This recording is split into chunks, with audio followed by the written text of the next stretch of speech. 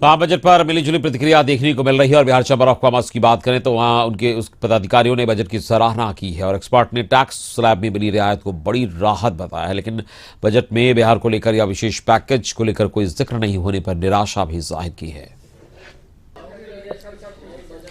आम बजट आ चुका है और जिस पर सबकी निगाहें टिकी हुई थी, सबने इस बजट को देखा है। खासतौर से चैम्बर ऑफ कॉमर्स के जो एक्सपर्ट्स हैं, मेंबर्स हैं, उन्होंने भी बजट को देखा है। वो किस तरह से बजट को देखते हैं ये हम जानने की कोशिश करेंगे। एनके ठाकुर साहब हैं हमारे साथ।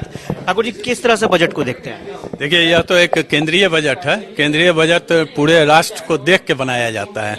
हम लोग तो खास तौर पर बिहार के लिए अपनी डिमांडों को रखते हैं। चैम्बर ऑफ कॉमर्स केंद्रीय बजट से पूर्व एक मेमोरेंडम भेजा था भारत सरकार को। उसमें उन्होंने स्पेशल स्टेटस और विशेष पैकेज का डिमांड किया था। तो इस बजट में उस पर कोई चर्चा तो देखने को अभी तक नहीं मिला है। कुछ कोरोना से प्रभावित व्यापारियों पर छूट के विषय में बतलाया गया है, लेकिन उसका पूरा डिटेलिंग अभी हम लोगों को प्राप्त नहीं हुआ है। इस पर भी हम लोगों ने कहा था कि चूंकि 2 वर्ष सभी व्यापारी कोरोना को झेले हैं, तो खासकर टैक्सेशन के क्षेत्र में और बैंक ऋण से संबंधित इनको छूट दिया जाए। उम्मीद किया जा रहा है कि यह छूट उनको प्राप्त हुआ होगा।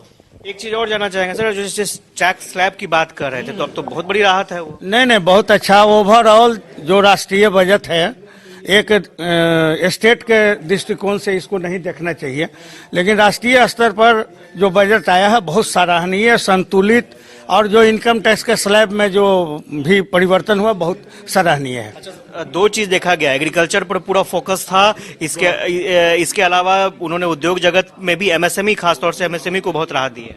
एमएसएमई को भी राहत दी है कि जिनका 75 लाख का कैपिटल और 3 करोड़ का टर्नओवर है और सारा बैंकों के थ्रू लेन देन है, सिर्फ 5% तक कैश का ट्रांजैक्शन है, उनको टैक्स में छूट 3.7 लाख तक की उनको छूट दे रहे हैं।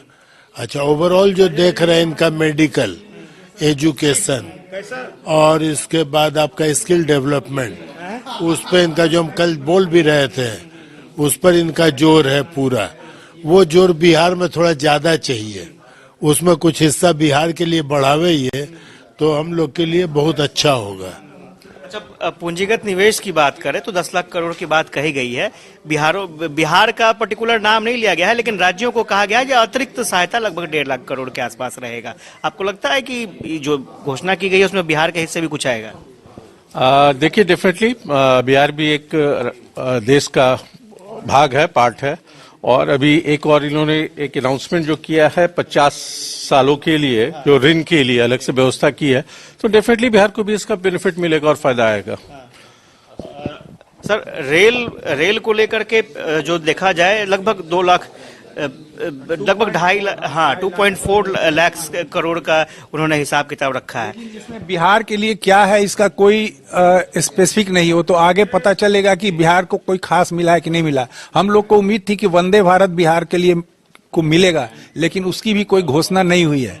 और नया जो सिर्फ रेलवे से अगर देखा जाए तो रेलवे में जो इतना जो प्रोविजन किया गया है, तो उसका कुछ न कुछ तो बिहार को उसका हिस्सा मिलेगा, चाहे डायरेक्ट थ्रू पास करेगा या जो भी होगा, तो बिहार उसे लाभान्वित होगा। हालांकि कर्नाटक को दिया